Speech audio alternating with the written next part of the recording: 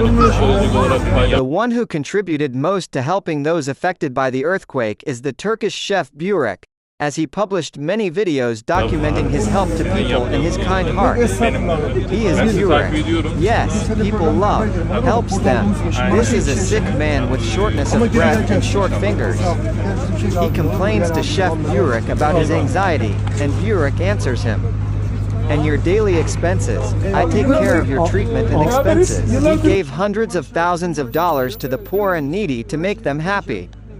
Burak is a well-known Turkish chef.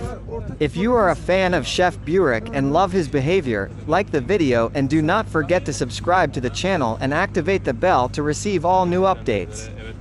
Thank you very much.